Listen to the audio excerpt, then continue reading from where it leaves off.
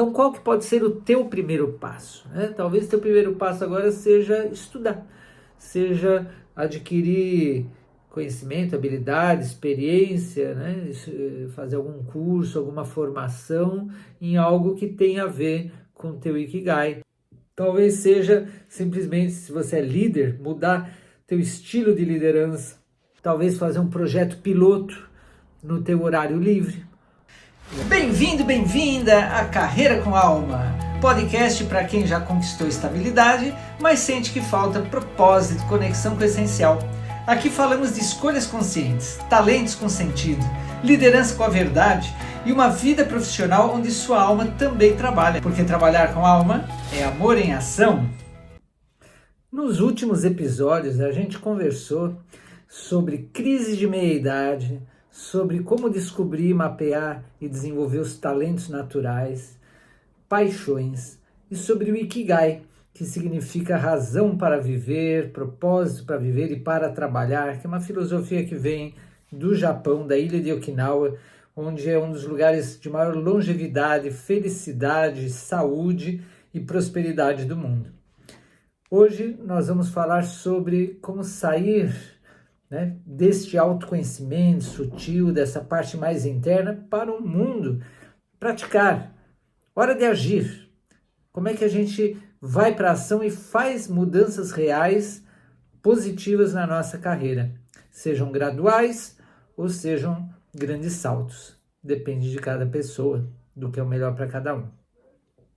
Então, só refletir não basta.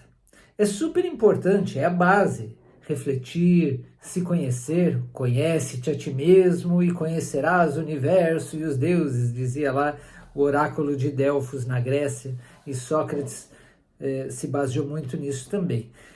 Mas de que adianta você se conhecer, saber teus pontos fortes, saber teus pontos fracos e não alavancar teus pontos fortes, não utilizar, não neutralizar os pontos fracos, não superá-los, não convertê-los em fortalezas? De que adianta você saber quais são tuas paixões se você não explora elas para a tua felicidade e para contribuir para a felicidade dos demais?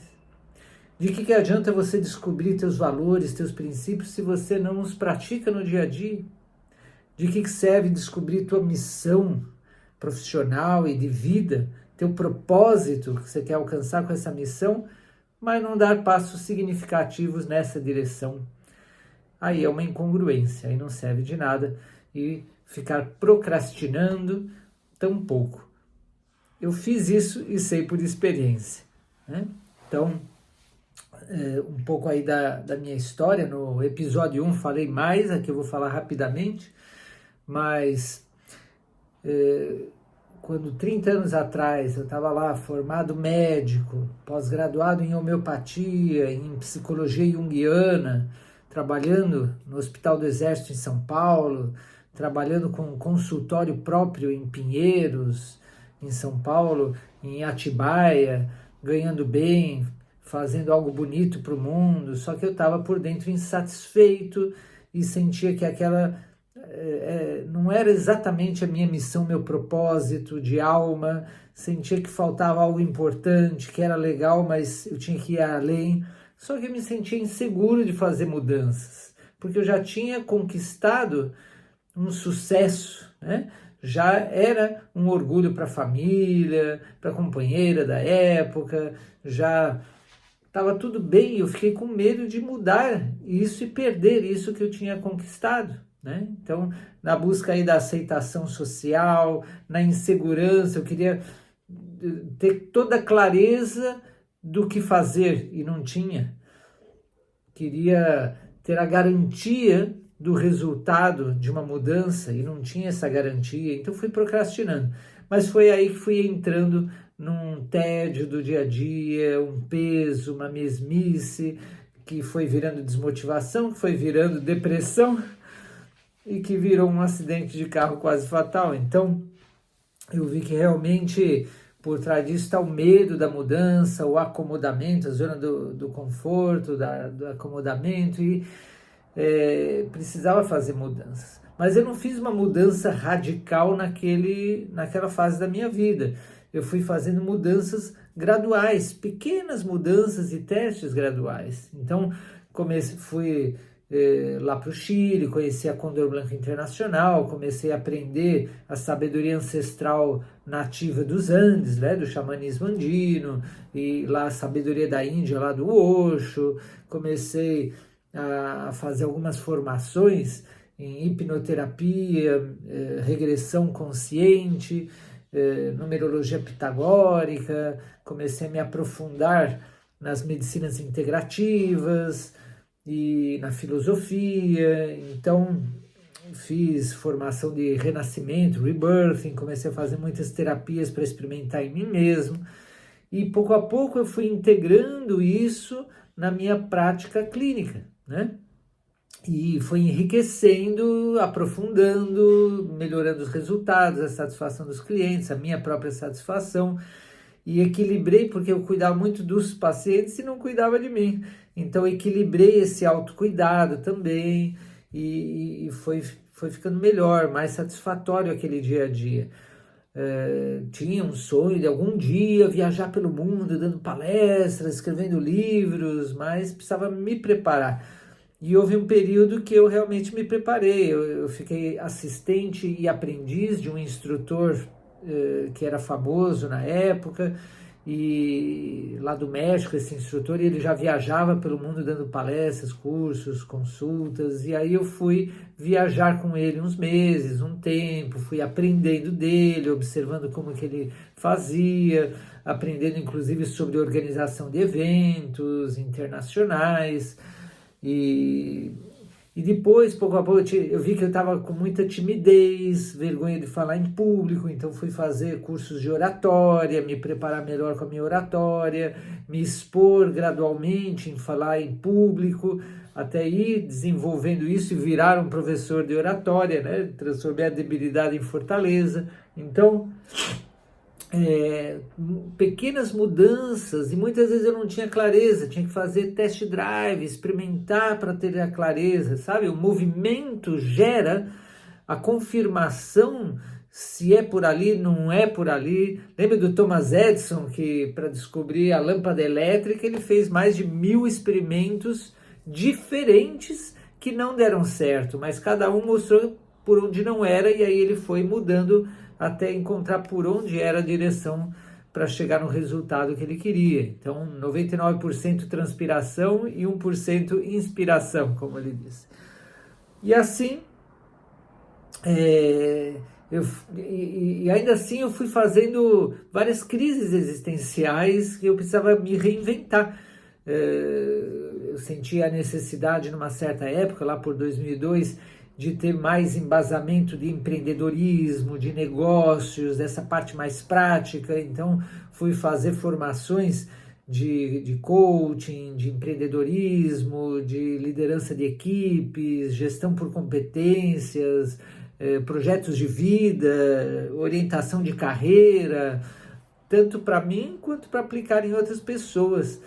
E muitas vezes a gente ensinando é que aprende mais. Então me transformei em professor de várias desses temas, dessas áreas, e assim eu ficava revendo isso o tempo inteiro, e ao ensinar eu tinha que entender bem e praticar e falar da experiência.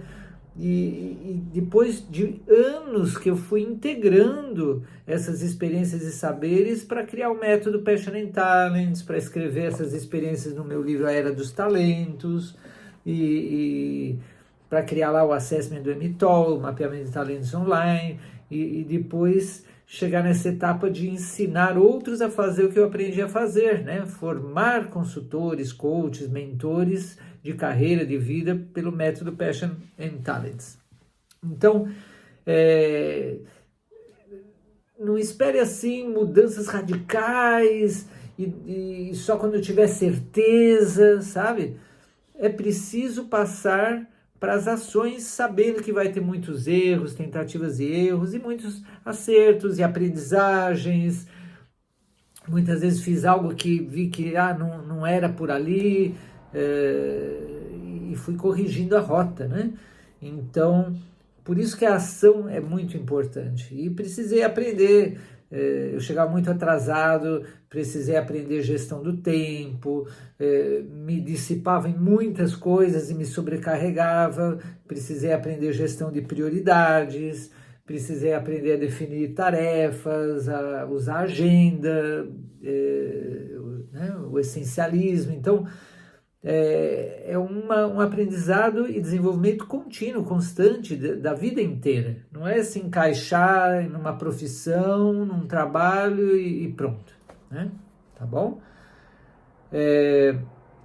E o medo de errar, de ser julgado, de perder segurança faz parte. E a gente vai usando o medo para ser cauteloso, mas sim fazer os movimentos, mas para planejar bem, para, né, que nem nas startups que lidam com muita inovação, então elas não fazem um tremendo calhamaço de plano de negócios e depois, não, fazem MVP, mínimo produto viável ou mínimo serviço viável, mínimo experiência viável, produto, serviço, experiência, o que queira oferecer ao mundo, e faz algo mínimo e testa, recebe feedbacks, né, versão beta, vai corrigindo, melhorando, depois fica sempre beta, mas vai até lançar coisas cada vez melhores, mais completas, e vai, é como construir o avião enquanto está voando, né?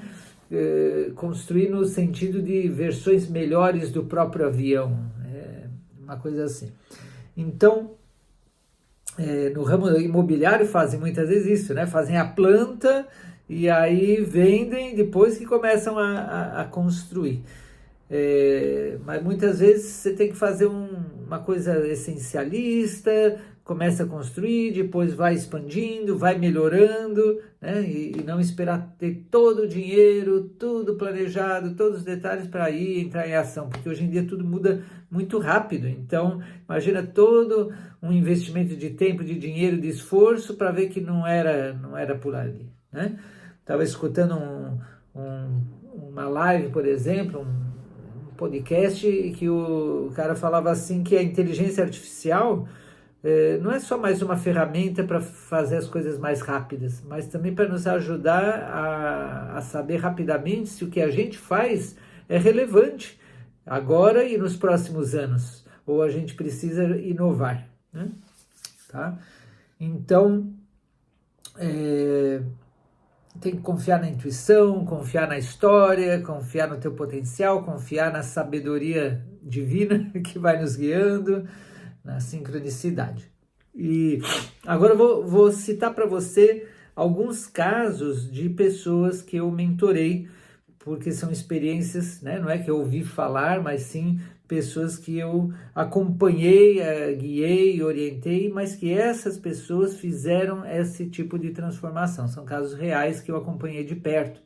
Então, por exemplo, uma médica que ela fazia uma medicina mais tradicional, né, uma dermatologista, só que ela estava insatisfeita com aquilo e queria atender de uma forma mais natural, holística, integrativa, e aí, só que ela não largou a medicina tradicional para já fazer a outra, começando do zero, um novo público-alvo, uma nova técnica, método, e começando do zero. Não, ela foi experimentando com os pacientes tradicionais dela, propondo, experimentando com alguns, depois foi criando um trabalho paralelo com uma medicina mais integrativa, dirigida, né, com marketing público-alvo mais específico, até que isso foi crescendo e ela pôde ir fazendo uma migração, né, e tendo mais leveza, autenticidade no trabalho. Atendi uma outra médica, profissional da área da saúde, mas que sempre foi apaixonada e com muito talento para arte, dança, teatro, pintura, poesia, e só que ela tinha essas crenças limitantes, não ia poder ganhar dinheiro com isso, mas a medicina do dia a dia deixava ela muito pesado, ela não queria largar, a necessidade econômica também por causa disso. Então ela foi se desenvolvendo em paralelo na parte das artes e começou a experimentar com alguns pacientes arte-terapia, juntando as duas coisas, e começou a validar que era legal, que era por aí, até que então ela pôde planejar uma transição de carreira para se tornar uma arte-terapeuta, mas uma coisa gradual, até porque é uma nova identidade profissional. Uma professora de yoga, muito experiente em yoga, especializada em yoga hormonal feminina, rejuvenescedora, que por muitos anos deu aulas de yoga hormonal para mulheres, e quando chegou a pandemia, né, as coisas mudam e tudo foi muito para online. Ela tinha mais de 70 anos e não entendia da parte tecnológica online.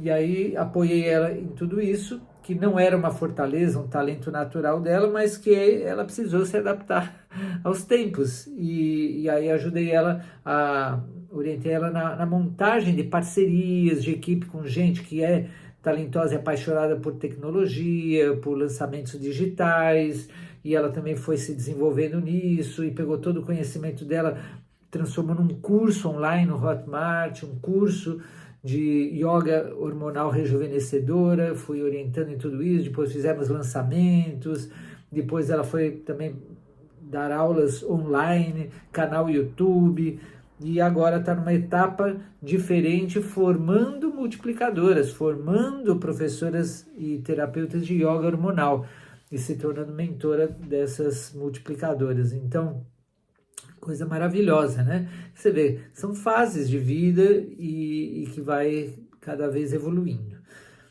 Outro exemplo, uma executiva de uma multinacional, então ela estava na área de marketing de uma multinacional, mas estava insatisfeita com aquele dia a dia. E ela não queria, na verdade, nem trabalhar naquela empresa, nem na área de marketing, e ela meditava há muitos anos, tinha muita experiência, tinha feito até formação como instrutora de meditação, mas não sabia se era isso que ela queria fazer como missão. E aí ela fez a formação de coaching de talentos com propósito do meu método, outra formação de coaching também, mais geral, juntou com meditação, começou a se tornar em paralelo, né? Coach de meditação.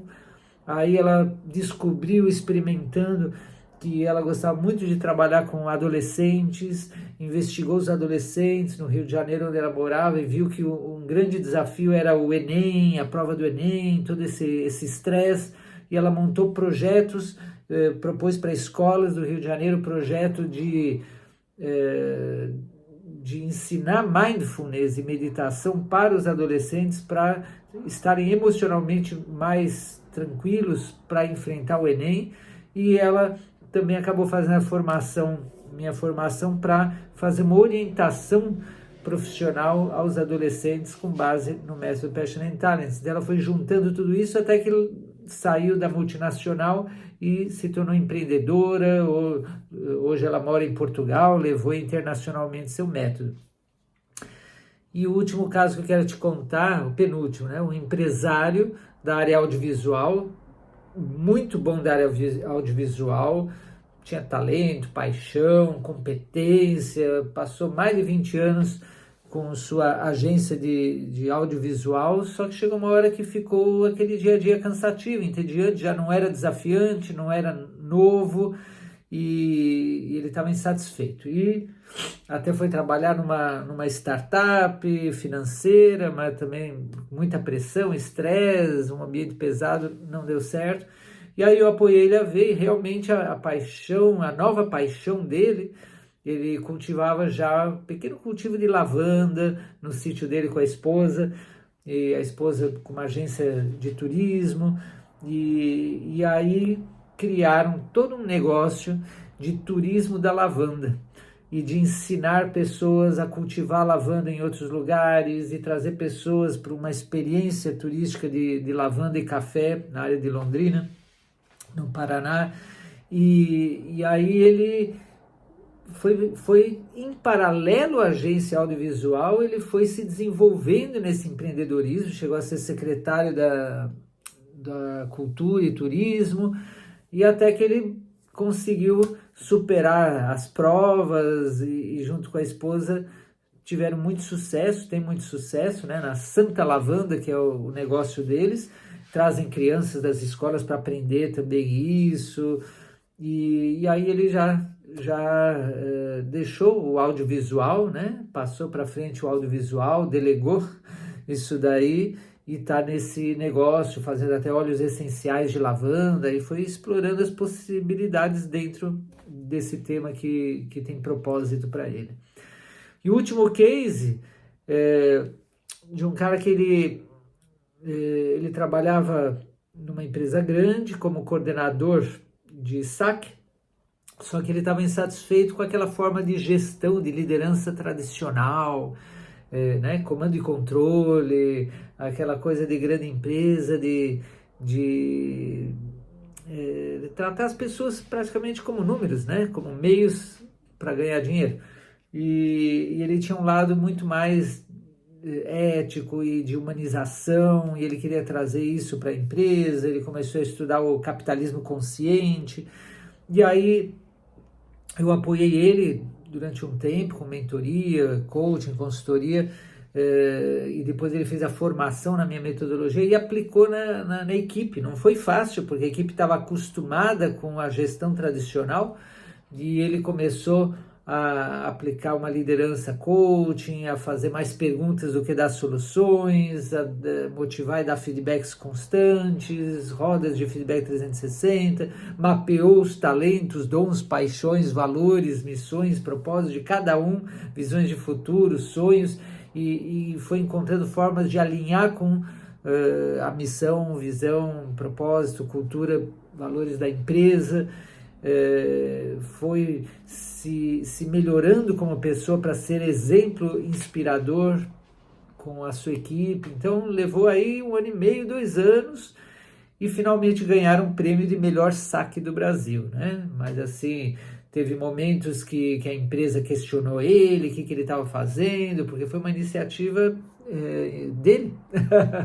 E ele assumiu o risco e deu certo. Posteriormente, ele fez uma transição de carreira, se tornou consultor empresarial nessa área de saque humanizado.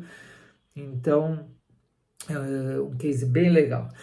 Então, você vê, são mudanças graduais, constantes, começa com testes, com experimentos, pequenas mudanças, que vai validando a direção. Então, todos esses casos têm em comum isso que eu contei para você. Não é gente que largou tudo de uma vez e foi fazer uma coisa nova, né? Isso de vez em quando, sim, tem, e dependendo da pessoa é necessário, mas tem que se preparar, porque senão é um estresse muito grande. Tem gente que, por exemplo, abandona a carreira corporativa e vai empreender e não tem as competências empreendedoras que são diferentes, gente que vai para o digital e não tem as competências necessárias para o digital, às vezes não tem nem o talento e a paixão, está desalinhado com seus valores e visão de futuro, então, né, o seu Ikigai. Por isso que é tão importante contar com um mentor experiente, porque você economiza tempo, já passa por experiências, erros, aprendizagens, mas não tanto, né? Não precisa errar tanto ou demorar tanto, pode ser muito mais rápido e assertivo com a guia de um mentor. Então, qual que pode ser o teu primeiro passo, né? Talvez o teu primeiro passo agora seja estudar, seja adquirir conhecimento, habilidade, experiência, né?